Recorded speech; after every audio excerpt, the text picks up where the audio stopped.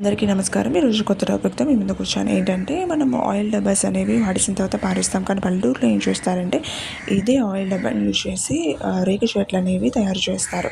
ఈ రేకు చెట్లు అనేది కేవలం చెత్త ఎత్తడానికి మాత్రమే కాదు. ఈ రేకు చెట్లు మనము ధాన్యం ఎత్తుకోవడానికి, అలాగే పప్పు దినుసులు ఏమైనా ఎండబెట్టినా, నెక్స్ట్ నువ్వులు, మిరపకాయలు ఏమి ఎండబెట్టినా సరే అవి కూడా చక్కగా ఈ చేతితోని ఎత్తుకోవచ్చు.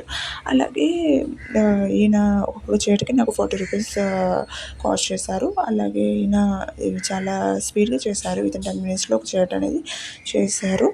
అండ్ నైస్ ప్రాసెస్, మీరు కూడా చూడండి.